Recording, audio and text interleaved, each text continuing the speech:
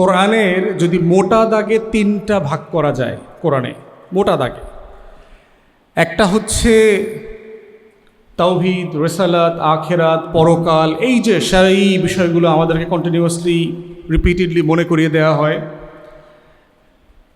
দ্বিতীয়ত হচ্ছে হুকুম, শরিয়া, ফিকহ, যে আমরা কোন জায়গা থেকে কি করব কি করব না, এটার যে হুদুদ ঠিক করা হচ্ছে যে তার উপরে ভিত্তি করে সেইটার ব্যাপারে, এবং এটা খুব ছোট অংশ। হুকুমের ব্যাপারে আয়াত আপনার কয়েকশো হইতে পারে, খুব বেশি হবে না, খুব সামান্য। থার্ড বড় চ্যাপ্টারটা হচ্ছে কিসসা, কাসাসুল আম্বিয়া। দেখবেন ওমর রাদিয়াল্লাহু তাআলা আনহু একদিন আল্লাহ রাসূলুল্লাহ সাল্লাল্লাহু আলাইহি ওয়াসাল্লামকে এসে বলছেন না যে কোরআন পড়ে তো মাঝে মধ্যে মনে হয় যে এটা মুসা আলাইহিস সালামের উপরে নাজিল হয়েছে, কারণ এত বেশি বনি ইসরায়েলের আলাপ করা হয়েছে সেখানে। তাহলে সেই জায়গাতে দেখেন এর ভিতরেই হচ্ছে কোরআনের এই মেথোডোলজিক্যাল যে ডেসক্রিপশন এবং এই যে রিপিটেডলি আপনাকে কিসসা মনে করিয়ে দেওয়া হচ্ছে, এটাই প্রমাণ করছে যে হিস্ট্রিটা কত গুরুত্বপূর্ণ, ইতিহাস কত গুরুত্বপূর্ণ। আল্লাহ তাআলা কত শুরু থেকে শুরু করছেন দেখেন। ফেরেশতাদেরকে বলতেছে যে আমি একটা নতুন প্রাণী তৈরি করতে চাই, বনি আদম নামে একটা কিছু তৈরি করতে চাই। আল্লাহ বলতেছেন না ফেরেশতাদেরকে, সূরা বাকারা থেকে শুরু করে প্রচুর বিভিন্ন জায়গাতে আসছে। প্রয়োজন ছিল কেন? আল্লাহ তাআলা কি কারো কাছে ঠেকায় পড়ছে যে আমার ইট সাপ্লাই দিতে হবে, বাড়ি বালু সাপ্লাই দিতে হইব, মাটি আনতে হইব, তো অমুক কন্ট্রাক্টরের ফোন দেই, বিল্ডিং করতে হইলো, এরকম প্রচুর খদ্দের লাগে না? তো আল্লাহ তাআলা মানুষ সৃষ্টি করবে, তার কি কোনো কিছুর প্রয়োজন ছিল কি না যে এরে কওয়া দরকার, অমুকে তো মাতব্বর, জমি তো আরেকজন মালিক, এখানে মামলা চলতেছে, এই মাদ্রাসা বাড়াবো কেমনে? দরকার ছিল না? দরকার ছিল? দরকার ছিল না। অনেক কিছু এখানে ওলামায়ে কেরামরা যখন ফিকহ, আল্লামা ইউসুফ আল কারদাওয়ির লেখা যদি পড়েন, ওখানে দেখবেন জুরিসপ্রুডেন্সের আলোচনাতে উনি বলছেন যে এটা কেন করতে হয়েছে। একটা হচ্ছে যে মানুষকে শেখানো, কনসালটেশন, সুরার ব্যাপারে। দ্বিতীয়ত হচ্ছে ইনফর্ম করা, যে আমি শেষে এসে বলতেছেন না কনভারসেশনে যে আপনি এটা কেন তৈরি করবেন, এরা দুনিয়াতে গিয়ে মারামারি কাটাকাটি করবে, রক্তপাত করবে, আপনার জিকির করার জন্য তো আমরাই আসি, বলতেছেন না ধারাবাহিক কনভারসেশন। শেষে এসে আল্লাহ তাআলা বলছেন আমি যেটা জানি সেটা তোমরা জানো না। তাহলে এই প্রসেসের মধ্য দিয়ে আমাদেরকে শেখানো হচ্ছে যে এই প্রসেসটা কীভাবে শুরু করতে হবে। গুরুত্বপূর্ণ আরেকটা বিষয় হচ্ছে আমরা আসলে জানতাম কীভাবে, এই শুরুটা কীভাবে হয়েছে। যদি আল্লাহ তাআলা এখানে না বলে দিতেন, আমরা কোথায় ছিলাম? আদম আলাইহিস সালাম ওনার বিবি হুদুদ সীমা লঙ্ঘন করলেন, বলা আছে কোরআনে, আল্লাহ তাআলা বলছেন। এটা আমরা জানতাম কিভাবে যদি আল্লাহ তাআলা না বলতেন। এবং বনি আদম দেখবেন একই ভুল বারবার করে, এই জন্য দেখবেন যে প্রত্যেকটা নবী আলাইহিস সালামের গল্প যখন বলছেন, কিসসা যখন বলছেন, শেষে গিয়ে দেখবেন একটা ট্যাগ লাইন আছে। যারা সাংবাদিকতা করেন দেখবেন ট্যাগ লাইন বলে দেয়, নিশ্চয়ই শয়তান তোমাদের প্রকাশ্য শত্রু। খেয়াল করে দেখছেন? ইউসুফ আলাইহিস সালামকে বিপদে ফালাইলো, বিপদে ফালায় আল্লাহ তাআলা কি বলতেছেন? শয়তান তোমার শত্রু। আদম আলাইহিস সালামকে দুনিয়াতে পাঠায় দিলেন, বলতেছে শয়তান তোমার প্রকাশ্য শত্রু। প্রত্যেকটা বিপদের সময় খেয়াল করছেন, প্রত্যেকটা পরীক্ষা, নবীদের উপর ঝামেলাগুলো যেগুলো আসছে, প্রত্যেকটা জায়গাতে একটা গল্প বলে, একটা কনভারসেশনে একটা মোরাল থাকে। আমি ইংল্যান্ডে আপনার মাস্টারি করছি, স্কুলে কলেজে লেখাপড়া করার পাশাপাশি আর কি। তো স্টোরি বুকে দেখবেন, আমরাও ছোটোবেলায় যত গল্পের বই পড়ছি, দেখবেন একটা গল্প থাকে, গল্পের শেষে গিয়ে কি থাকে? শিক্ষা লেখা থাকে না? লেসনটা কি? তাহলে দেখবেন এই যে কিস্সাগুলো বলতেছে, এই কিস্সাগুলো বলবার মধ্য দিয়ে আল্লাহ তাআলা আমাদেরকে বলছেন যে তোমার আসলে কার থেকে সাবধান থাকতে হবে, তোমার আসলে কাকে চিনতে হবে, তোমার আসলে কার কায়দা কানুনগুলো বুঝতে হবে, তুমি তোমার যে শত্রু সে আসলে অনেক শক্তিশালী কিনা। বারবার শত্রু শত্রু শত্রু বলছেন, তো ভাবখানা এরকম না যে আল্লাহ, এ তো দেখি খালি শত্রুই ভরা, ডাইনে শত্রু, বামে শত্রু। ইবলিস যেভাবে আল্লাহর সাথে চুক্তি করে শয়তানি করতে নামছে, সে আল্লাহর কাছ থেকে অনেক ক্ষমতা নিয়ে গেছে না? শিরায় শিরায় হাঁটবো, যা খুশি তাই করতে পারবো, এখানে ঢুকতে পারবো, এখানে ঢুকতে পারবো, ওয়াসওয়াসা দিতে পারবো, মানে চুক্তি কইরা শয়তানির চুক্তি আল্লাহর কাছ থেকে ক্ষমতা নিয়ে আসছে। এখন দেখা মনে হইতেছে তো অনেক পাওয়ারফুল। তো এই শত্রু নিয়ে আমি এই দুনিয়াতে কেমনে বাঁচব? তা আল্লাহ তাআলা বলতেছেন সূরা ইউসুফে, বলছেন না, ইন্না কানা কাইদাশ শাইতানা দাইফা। শয়তানের কূটকৌশলগুলো মনে হয়, অ্যাপারেন্টলি মনে হয় কি অনেক শক্তিশালী, কিন্তু আল্লাহ তাআলা বলতেছেন খুব দুর্বল। এই দুর্বলটা আসলে কখন দুর্বল এবং কখন শক্তিশালী, এইটা বোঝার জায়গাটা হইল হিস্ট্রি। আপনি যখন আদম আলাইসাল্লামকে কিভাবে বিভ্রান্ত করেছে, আপনি যখন ইব্রাহিম আলাইসাল্লামকে কিভাবে বিপদে ফেলছে, ইউসুফ আলাইসাল্লামের সাথে কিভাবে প্রতারণা করছে, এই প্রত্যেকটা ঘটনার সাথে যখন আপনি নিজের জীবন, সমাজ এইটাকে মিলায়া পড়তে পারবেন, তখন বুঝবেন যে আসলে শয়তান কখন শক্তিশালী এবং দুর্বল। এবং আপনি দেখেন প্রত্যেকটা ঘটনা, আমি হিসাব করে দেখেছি যে এত নবী, আল্লাহ রাসূল সাল্লাল্লাহু হাদিসে বলছে 1 লাখ, 2 লাখ, 24,000, আমরা তো জানি না, কিন্তু অ্যাটলিস্ট 25 জনের নাম জানি, তাই না? অ্যাটলিস্ট 25 জনের নাম জানি। তাহলে বাকিদের নাম বলা হইল না, তাদের ঘটনা বলা হইল না, ওয়াই? এইখানে উলামায়ে কেরাম, তারিখুল ইসলাম নিয়ে যারা লেখাপড়া করেছেন এবং উস্তাদরা আছেন, তারা বলছেন যে এই 25 জনের জীবনের বাইরে মানুষের জীবনে বড় কোনো ঘটনা ঘটবে না যেটা তার জানা দরকার। তাহলে আল্লাহ তাআলা আমাদেরকে দুনিয়ায় পাঠাইছেন কি অস্ত্র ছাড়া শত্রুর মোকাবেলা করতে? অস্ত্র দিয়ে পাঠাইছেন। সেই অস্ত্রটার নাম হইল ইতিহাস।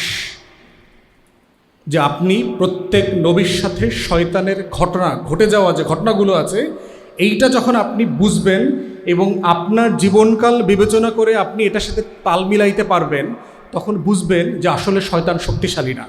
কিন্তু যিনি পারবে না তিনি তসলিমা নাসরিন হয়ে যাবে। পরিষ্কার না? যিনি পারবে না তিনি সালমান রুশদি হয়ে যাবে, কারণ তার মোহর পড়ে যাবে চোখে, কানে, কলবে। বলছেন না আল্লাহ তাআলা যে ওদের চোখ আছে দেখে না, কান আছে শোনে না, কলব আছে বোঝে না। উলাইকা কাল আনআম বাল হুম আদাল। শুধু পশু বলে নাই, চতুষ্পদ পশু বলে নাই, তার থেকেও খারাপ বোঝ। অথচ এই মানুষ কি আল্লাহ তাআলা সূরা 3-এ বলছে না, আহসানি তাকওয়িম, সর্বোচ্চ সুন্দর করে in every aspects of life, তার ফিজিক্যাল বিউটি, তার মেন্টাল ক্যাপাসিটি, তার স্পিরিচুয়াল অ্যাবিলিটি, সবগুলোকে সামনে রেখে সে সবচেয়ে বেস্ট অফ ক্রিয়েশন।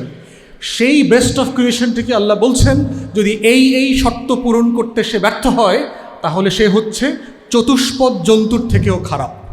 তাহলে এই সত্যটা বুঝবেন কিভাবে, মানবেন কিভাবে, পালন করবেন কিভাবে, এই পুরোটা হচ্ছে ইতিহাসের দায়। যে আপনি নবীদেরকে বুঝতে পারছেন কিনা, নবীদের ঘটনাগুলো বুঝতে পারছেন কিনা। এবং আমি হিসাব করে দেখেছি যে আমাদের জীবনে, মানুষের জীবনে মেজর যত সংকট আছে, তার প্রত্যেকটা সংকটের রেলেভেন্ট ঘটনা, এক্সাম্পল আল্লাহ তাআলা কোরআনে আমাদের সাথে বলে দিয়েছেন। এর বাইরে আপনি ব্যক্তিগত বলেন, লেনদেন বলেন, আর্থিক বলেন, পারিবারিক সমস্যা, সংকট যাই আছে, আপনি দেখবেন প্রত্যেকটা জায়গাতে লেসন আছে। এই জন্যই আল্লাহ তাআলা বলছেন তোমরা কি চিন্তা করো না, তাদাব্বুরের কথা বারবার বলছে না, তোমরা কি ভাবো না, তোমরা কি তোমাদের আকলটা খাটাও না? আল্লাহ বলছে না, বারবার বলছে আকলটা কি খাটাও না। এখন ইতিহাসের কোন জায়গা দিয়ে আকলটা খাটানো শুরু করবেন, এইটার জন্য হচ্ছে আপনার ট্রেনিং দরকার। এটার জন্য হচ্ছে এই ডিপার্টমেন্ট, লেখাপড়া, ওস্তাদরা হেল্প করবেন আপনাকে এই জায়গাটা ধরে দেওয়ার। স্যাডলি আমাদের এই সাবকন্টিনেন্টে লেখাপড়ার অনেকগুলো সমস্যা আছে এবং এখন প্রায় বলা হয় যে এখন লেখাপড়ার মান খারাপ হয়ে গেছে, এটা হয়েছে সেইটা হয়েছে। ইনফ্যাক্ট আমাদের লেখাপড়ার মান কখনোই খুব বেশি ভালো ছিল না। এইটা শুধু এই জেনারেশন অটো পাস করতেছে, GPA 5, এইটা সেইটা, ব্যাপারটা এরকম না। আমাদের জেনারেশনে লেখাপড়া বলতে কিছু ছিল না এবং মাদ্রাসার অবস্থাও কিন্তু একই রকম। আমাকে মনে আছে আরবের এক শেখ, আপনারা দেখবেন যে বাংলাদেশে হেফজ কম্পিটিশনে সারা দুনিয়াতে বাংলাদেশ কিন্তু খুব ভালো করে, খেয়াল করেছেন? মিশর থেকে পুরস্কার নিয়ে আসে, তেহরান থেকে পুরস্কার নিয়ে আসে, কায়রো থেকে পুরস্কার নিয়ে আসে, আপনার সৌদি আরব থেকে পুরস্কার নিয়ে আসে। তাহলে এই লেভেলের আলেম তৈরি হয় না কেন? একজন শেখ আমাকে বলছেন যে আমি কাতারে একটা কম্পিটিশনে ছিলাম, বাংলাদেশের হাফেজ ফার্স্ট হয়েছে। আমি তাকে কনগ্রাচুলেট করবার জন্য আরবিতে কথা বললাম, তুমি কেমন আছো, তুমি অনেক ভালো করছো। সে আমার দিকে তাকায় আসছে, একটা সেন্টেন্স বলতে পারে নাই। কিন্তু আপনি পুরো কোরআনটা মুখস্থ করছেন, অসাধারণ তেলাওয়াত করছেন, যাদের এটা মাতৃভাষা তারাও আপনার কাছে হেরে গেছে, কিন্তু আপনার ট্র্যাজেডিটা হচ্ছে যে আপনি এটা কিছুই বুঝেন নাই। এখন দেখেন, মাহজুরার কথা বলছেন না আল্লাহ তাআলা, কোরআনের কথা বলছেন না আল্লাহ তাআলা কোরআনে, যে এই কোরআন কিয়ামতের দিন এই আমার উম্মতের বিরুদ্ধে মামলা করবে না, বলছে না? কি মামলার চার্জশিটটা কি? মাহজুরা, যে this people left the Quran redundant. এখন ইমাম নাওয়ী এই মাহজুরার ব্যাখ্যা করছেন যে 5 স্টেজেস অফ মাহজুরা। মানেটা কি? মাহজুরা যেমন ধরেন, ফার্স্ট স্টেজ হচ্ছে যে আপনি এটা পড়তেই শিখলেন না, আপনি এটা কোনোদিন পড়ার চেষ্টাও করলেন না, পড়া শিখলেন, পড়াটা সহি না। দ্বিতীয় স্টেজ হচ্ছে আপনি পড়তে শিখলেন, কিছু বুঝলেন না, বুঝতে শিখলেন, আমল করলেন না, আমল করতে শিখলেন, কায়েম করলেন না, কায়েম করা শিখলেন, এইটাকে দায়েম রাখার জন্য দাওয়াতি কাজ করছেন না।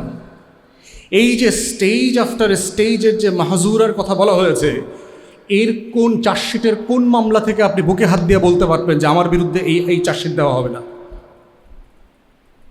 তাহলে এখন প্রশ্ন হচ্ছে যে এই মাহজুরা বোঝার জন্য আপনাকে তো জঙ্গে জামাল বুঝতে হবে, জঙ্গে সিফিন বুঝতে হবে।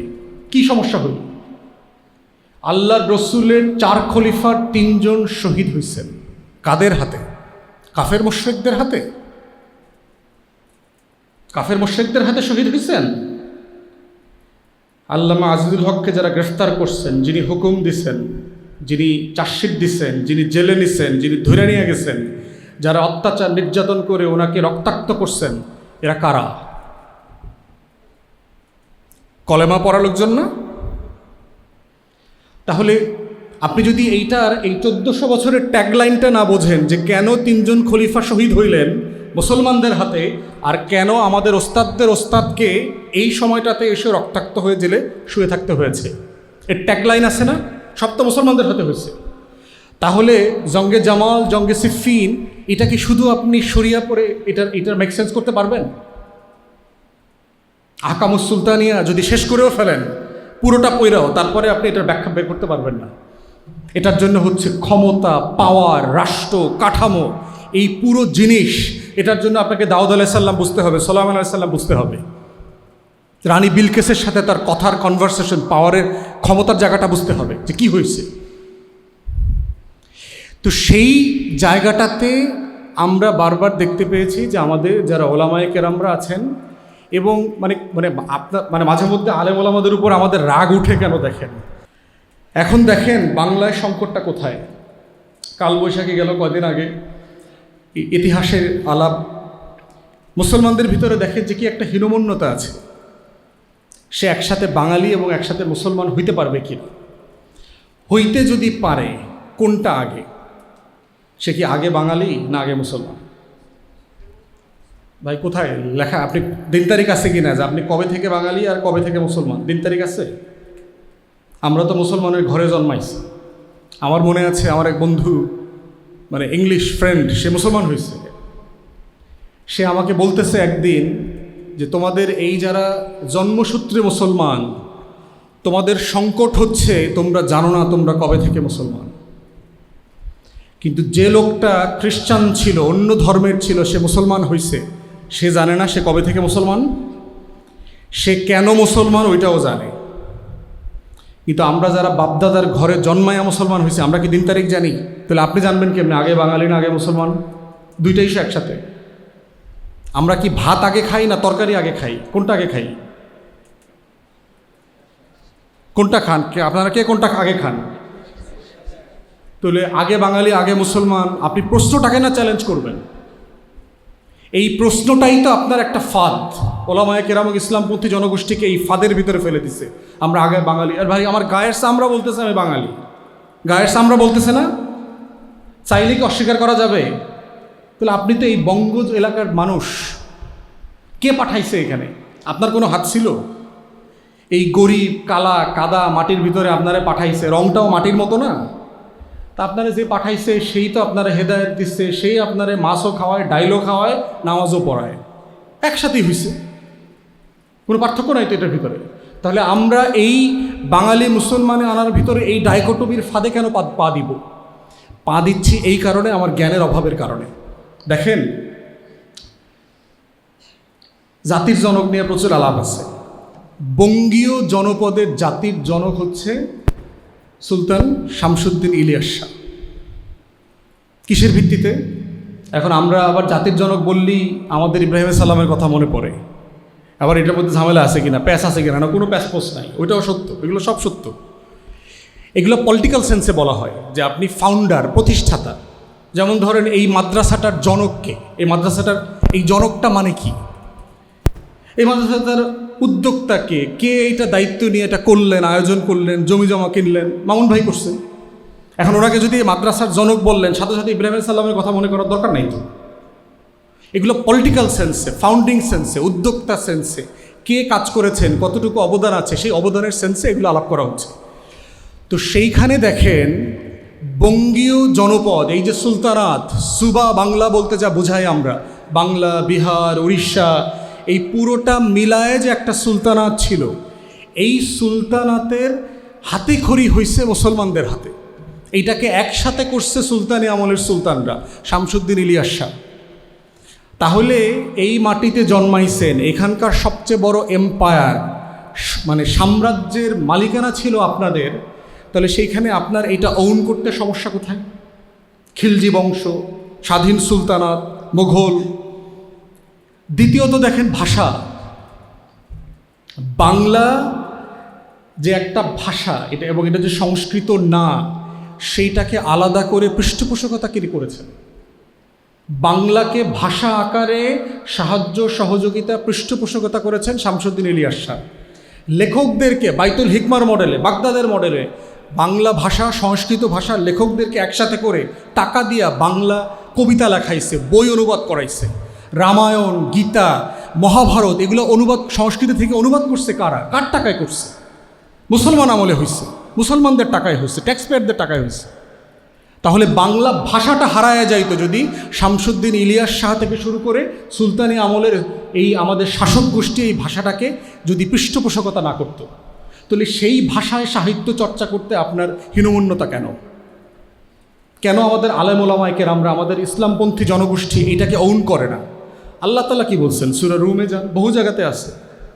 গায়ের রং, ভাষা, জনপদ, কাকে কোথায় পাঠাবে, গোত্র, বংশ, এগুলো সব কে সৃষ্টি করছে? তাহলে সংস্কৃত ভাষাটাই হিন্দু ব্রাহ্মণরা তাদের কিতাব লেখে, তাদের ধর্মীয় গ্রন্থ লেখে, কিন্তু ওই সংস্কৃত ভাষাটার মালিককে? কে বানাইলো এই ভাষাটা? সংস্কৃত ভাষাটা আল্লাহ বানায় নাই? না আপনি মনে করতেছেন খালি আরবি, উর্দু, ফার্সিটা আল্লাহ বানাইছে, ওগুলো অন্যদেরকে দিয়ে দিছিল, হ্যাঁ নিজেরা নিজেরা লেখা লেখা ঠিক করছে, এরকম ব্যাপারটা? আমার তো সব ভাষা আপনার। যদি আল্লাহর কিতাব সংস্কৃত ভাষায় নাজিল হইতো, আমরা নামাজ পড়তাম না ওই ভাষায়? গুনাহ হইতো? তাহলে এখন ওই বইটা পড়লে গুনাহ হবে কেন? আল্লাহর বানানো জিনিস। তাহলে এই যে বাংলা ভাষার পৃষ্ঠপোষকতা করলো। Third, Bangla calendar. আমি এটা নিয়ে গত কয়েক বছর ধরে কথা বলছি, দেখতেছেন হয়তো বাংলা নববর্ষ নিয়ে। ক্যালেন্ডারটা আসছে কোত্থেকে? আকবরের সময় হয়েছে, মুঘল এম্পায়ার। মোটা দাগে তো একটা মুসলিম এম্পায়ার ছিল তো, 500 বছর, 550 বছর। সেই এম্পায়ার আমল হয়েছে। আমির একজন পার্সিয়ান, ইরানি, সেন্ট্রাল এশিয়ান অরিজিন, আমির ফতেউল্লাহ সিরাজিকে অ্যাস্ট্রোফিজিসিস্ট, তাকে দায়িত্ব দিয়েছে ক্যালেন্ডার ঠিক করবার জন্য, কারণ হিজরি ছিল। এখন হিজরিতে তো আপনার রাত আগে আসে, সূর্যের চন্দ্রের ভিত্তিতে চলতে হয়। তাহলে আপনি ধান লাগাবেন কখন, বৃষ্টি কখন হয়, মাটি কখন শুকনা, কখন কর্দমাক্ত, ফসল কখন তুলবেন, তার কোনো হিসাবের সাথে কি চাঁদের কোনো সম্পর্ক আছে? তাহলে কৃষির সাথে চাঁদের সম্পর্ক না থাকার কারণে আপনি করটা দিবেন কিভাবে, ট্যাক্সেশন হবে কিভাবে? Simple equation. রাজা বাদশাকে তো টাকা লাগবে, তো তাকে তো মুদ্রা আহরণ করতে হবে না প্রজাদের কাছ থেকে? তাহলে চাঁদে থাকলে আপনি যেটা হচ্ছে ধর্মীয়ভাবে ঠিক আছেন, কিন্তু ট্যাক্সেশন আসবে করতে হবে, টাকা আসবে কোত্থেকে? কারণ আমির ফতেউল্লাহ সিরাজিকে বললেন সম্রাট আকবর যে তুমি এইটাকে হিজরিকে ধরে এইটা একটা সোলার ক্যালেন্ডার, মানে সূর্যকে দেখে একটা ক্যালেন্ডার ঠিক করে দাও। ঠিক এক্স্যাক্টলি সম্রাট আকবর যে বছর সিংহাসনে উঠছেন ওই বছরের যে হিজরি সালটা ছিল সেই সালটাকে ধরে এখন পর্যন্ত বাংলার এই কাউন্টিংটা চলতেছে। তাহলে বাংলার এই সালটা কোত্থেকে আসলো? মুসলমানদের অবদান না? এই ফতেউল্লাহ সিরাজির নামে কিন্তু ফতুল্লাহ হয়েছে। আপনারা ফতুল্লাহ চেনেন না? ফতুল্লাহর ওইখানে এই আমির ফতেউল্লাহ সিরাজির কবর আছে, ওনার বানানো একটা মসজিদ আছে ওইখানে। তাহলে এত হিস্ট্রি থাকার পরেও বাংলা ভাষা, বাংলার সংস্কৃতি, বাংলার শাল নিয়ে ইসলামপন্থী মুসলমানদের হীনমন্যতার জায়গাটা কোথায়? কারণ সে সিম্পলি ইতিহাস জানে না, আর কোনো কারণ নাই। ইতিহাস থেকে আমাকে বিচ্ছিন্ন করে আমি বাঙালি না আমি মুসলমান যদি দুইটা হই তাহলে কোনটা আগে, এই ধরনের একটা অকওয়ার্ড কোশ্চেনের ফাঁদে ফেলে আমাদেরকে একটা বিচ্ছিন্ন জীবনযাপন করতে দিচ্ছে। তারপরে সেলিব্রেশন, সমস্যা কোথায়? উদযাপনে সমস্যা কোথায়? উদযাপনে তো কোনো সমস্যা নাই। মুআমালাত, মাকাসিদের শরিয়া পড়েছেন না আপনারা? শারীর উসুলের ফিকের প্রিন্সিপাল কি? উসুল কি? আপনি ইবাদা অ্যান্ড মুআমালা, এইটা তো মুআমালার মধ্যে, তাই না? একটা সোশ্যাল উদু আরাফ, এগুলো কি সোশ্যাল ইস্যু না? পাবলিক লাইফের উসুল কি? সব কিছু হালাল যদি না আল্লাহ তাআলা তার রসুল কোনো কিছু হারাম করে গিয়ে থাকে, তাই না? উসুল তো এইটা। তাহলে এই উদযাপন করা যাবে না কেন? উদযাপন কি দিয়ে করবেন সেইটা হলো আপনার প্রশ্ন, আপনার আয়োজন। আপনি এই আয়োজনটা আপনার মতো করছেন না? যদি এই আয়োজনটা উদিচি ছায়ানটে হইতো, এটার ফরম্যাটটা ডিফারেন্ট হইতো না? তাহলে উদযাপনে তো দোষ নাই। আপনি কি দিয়ে উদযাপন করছেন সেটা হলো গুরুত্বপূর্ণ। এবং সারা দুনিয়াতেই সোশ্যালি কালচারালি এই উদযাপনগুলো আছে। একটা মানুষ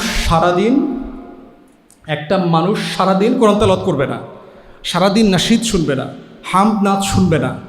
তার একটু বিনোদন আছে, সে একটু ঘুরতে যাবে, একটু রেস্টুরেন্টে খাবে, একটু গান শুনবে। তাকে এই স্পেসটা যদি আপনি শরীয়তের সীমার মধ্যে না দেন, সে শরীয়তের বাইরে যাবে, ঠেকাইতে পারবেন না। একদম কমন সেন্স বিষয়। আপনি তাকে আনন্দ ফুর্তি করতে দিতে হবে। বাচ্চারা খেলবে, এটা বয়সের বাস্তবতা। আপনি খেলতে দিবেন না, সে অন্য কিছু করবে, গুনার কাজ করবে। তাই আমরা বোধ করছি যে ইতিহাসটা কেন গুরুত্বপূর্ণ। ইতিহাসের কানেকশন না থাকলে যেটা হবে, আপনি কোরআনও ভালো বুঝবেন না, কারণ আপনি নবীদের হিস্ট্রির সাথে আপনি কানেক্ট করতে পারছেন না। আপনি আপনার শত্রু, সবচেয়ে বড় শত্রু শয়তানকে চিনতে পারবেন না, প্রতি পদে পদে যে আপনাকে ঢুকায় ফেলার চেষ্টা করছে। ঠিক একইভাবে জাতীয় শত্রু মিত্র চিনবেন না, যে আপনার রাষ্ট্র, আপনার কাওমের সবচেয়ে বড় শত্রু কারা। এবং এর প্রত্যেকটা ঐতিহাসিক ধারাবাহিকতা আমাদের হিস্ট্রিতে আছে, আপনি শুধু পড়লেই জানতে পারবেন। এবং এই যে কলোনিয়াল জায়গা থেকে, এই যে দেখেন, আমরা বাংলাদেশে থাকলে জানতাম না। প্রিজনার্স অফ মাল্টার বন্দিশালা পড়েছেন? রেশমি রুমাল, ভারতবর্ষের মুসলমানদের লড়াই, স্বাধীনতার ইতিহাস, সেখানে আজকে ইসলামপন্থীদেরকে স্বাধীনতার বিপক্ষের শক্তি বানিয়েছে। অথচ এই মাটির স্বাধীনতা ইতিহাসের সাথে ওলামায়ে কেরামের রক্ত আগামী 50-100 বছর জীবন দেওয়ার পরেও মানুষের রক্তের সমান হবে না। কোনো দিন এই আমাদের পুরান ঢাকায় জগন্নাথের সামনে ভিক্টোরিয়া পার্কে বুড়িগঙ্গার তীর ধরে 3,000-3,500 ওলামায়ে কেরামকে একদিনে ফাঁসি দিছে আমবাগানের কাছে ঝুলায়া, কামানের ভিতরে মুসলমান আলেমদেরকে ঢুকায়া ওইটা বোমার মতো করে মারছে।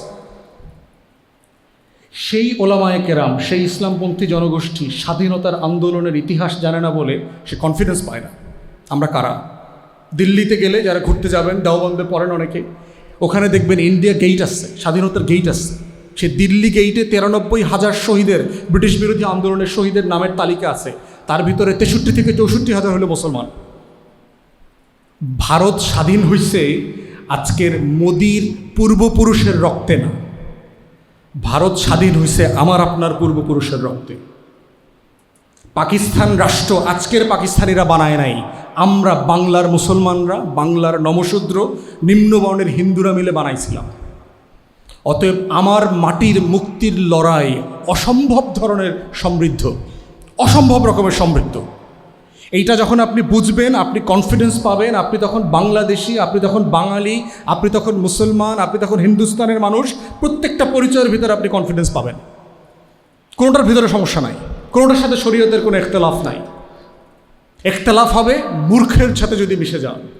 ইখতিলাফের একদম গোড়ার কথা হচ্ছে ইগনোরেন্স, মূর্খতা। এছাড়া কোনো ইখতিলাফ নাই। পৃথিবীর সমৃদ্ধ ইতিহাস হচ্ছে আমাদের মতের অমিল থাকবে, এটাই ইতিহাস।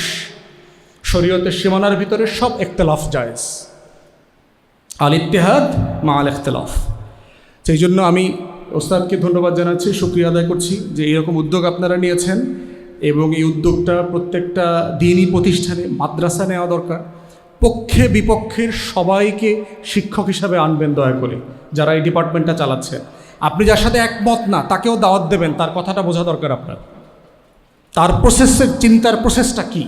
খালি আমার যারে ভালো লাগে, যারে দেখতে আমার মতো নামাজ পড়ে, আস্তিক, এই অল্প অল্প মুসলমান, অল্প অল্প ইসলামপন্থী হেরে আনতে হইব না। আপনি যাকে অপছন্দ করেন, যার মতের সাথে আপনি একমত না, তাকেও আপনি শুনবেন, তার বক্তব্য বোঝার চেষ্টা করবেন।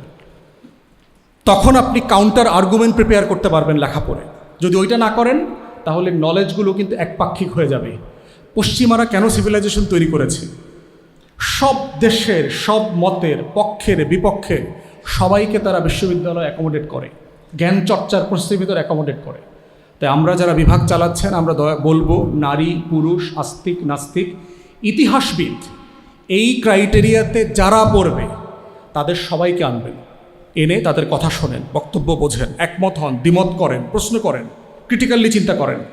এই প্রসেসের মধ্য দিয়ে ইনশাআল্লাহ আমাদের ইতিহাস বলছে যে আমাদের মুসলিম বিশ্বের ইতিহাসের ভিতরে এই সমৃদ্ধ ইখতিলাফের মধ্য দিয়ে নতুন নতুন জ্ঞান বিজ্ঞানের চর্চার জন্ম দিয়েছে মুসলমানরা। এই কারণেই পেরেছে বাগদাদ, এই কারণে পেরেছে দামাস্কাস, এই কারণে পেরেছে। এই কারণেই বোখারা, ইস্পাহান জ্ঞানের সমৃদ্ধ শহরে পরিণত হয়েছিল। কায়রো এই কারণে বিশ্বের সমৃদ্ধ জ্ঞানের শহরে পরিণত হয়েছিল, কারণ তারা ইখতিলাফকে, ডিফারেন্স অফ ওপিনিয়নকে অ্যাকসেপ্ট করেছিল। সারা পৃথিবীর মানুষ, আপনি ইস্পাহানে দেখবেন যে বড় বড় মুসলিম স্কলারদের সাথে একসাথে ইহুদি, খ্রিস্টান সবাই একই ইউনিভার্সিটিতে বসে লেখাপড়া করেছে। একটা সময় ছিল যখন আরব বিশ্বের ইউনিভার্সিটিগুলো ছিল হচ্ছে আমরা আজকে যেভাবে ইউরোপ আমেরিকায় যাই পড়তে, প্রেস্টিজ, নলেজের ভান্ডার ছিল। ইউরোপ পশ্চিমের দেশগুলো রাজা বাচ্চাদের ছেলেমেয়েদেরকে লেখাপড়া করতে একসময় গ্রানাডা পাঠাইতো, কর্ডোবা, আল আন্দালুসিয়াতে পাঠাইতো, বাগদাদে পাঠাইতো, দামাস্কাসে পাঠাইতো, কায়রোতে পাঠাইতো, বোখারা, ইস্পাহানে পাঠাইতো। লেখা শর্ত আছে, মেয়ে বিয়ে দেওয়ার শর্ত এরকম। ইটালির এবং ইউরোপের রাজা বাচ্চাদের মেয়ে বিয়ে দিলে কেমন ছেলে চাই, কেমন পাত্র চাই বলা দেওয়া ছিল। বাগদাদে লেখাপড়া করেছে কিনা, আন্দালুসিয়া থেকে ডিগ্রি আসছে কিনা। সেই মুসলমান কোথায়? আমাদের যে রিচুয়ালিস্টিক পুরো দিন, ধর্মটাকে আমরা দাড়ি, টুপি, জুব্বা, পাগড়ি, কিছু ফ্রেমের ভিতরে, নামাজ পড়ে কিনা, না পড়ে না, মাসলা মাসাইল জানে কিনা, এই হুজুরের মুরিদ কিনা, ওই মাদ্রাসায় পড়ছে কিনা, এই ফ্রেমে বেঁধে ফেলেছি। ফর গডস সেক, আল্লাহর ওয়াস্তে, দিন অনেক বড় একটা ব্যাপার, পৃথিবীর সমান একটা বিষয়। এবং পরকালের এই যে দেখেন, বারবার পরকালের ব্যাপারে বলেছে, তো দুনিয়ার জিনিস না তো। আপনি এটা ভাববেন কিভাবে? এত ছোট মন নিয়ে কি আখেরাত বোঝা সম্ভব? এটা তো একটা মেটাফিজিক্যাল সায়েন্স। এত ন্যারো, স্থূল বুদ্ধি দিয়ে আপনি কোনোদিন কবরের জগৎ, রুহের জগৎ, আখেরাত কল্পনাই করতে পারবেন না। নামাজ পড়তে পারবেন না ভালোভাবে। আল্লাহ রাসূল কি বলছেন? এমনভাবে নামাজ পড়ো যেন তুমি আল্লাহকে দেখতে পাও। মানে এটার জন্য আপনার কি পরিমাণ ক্যাপাসিটি থাকতে হবে বুঝতে পারছেন? হিউজ। আল্লাহ তাআলা আমাদের সবাইকে তৌফিক দেখ। আমি যে বলছি আমাকে যেন আমল করার তৌফিক দেয়। আমি যে ভুল করেছি এটার দায় আমার, আমি আল্লাহর কাছে ক্ষমা চাই। যদি এর ভিতরে কিছু কল্যাণ থাকে আল্লাহ তাআলা যেন বারাকা দেয়। সবাইকে আসসালামু আলাইকুম।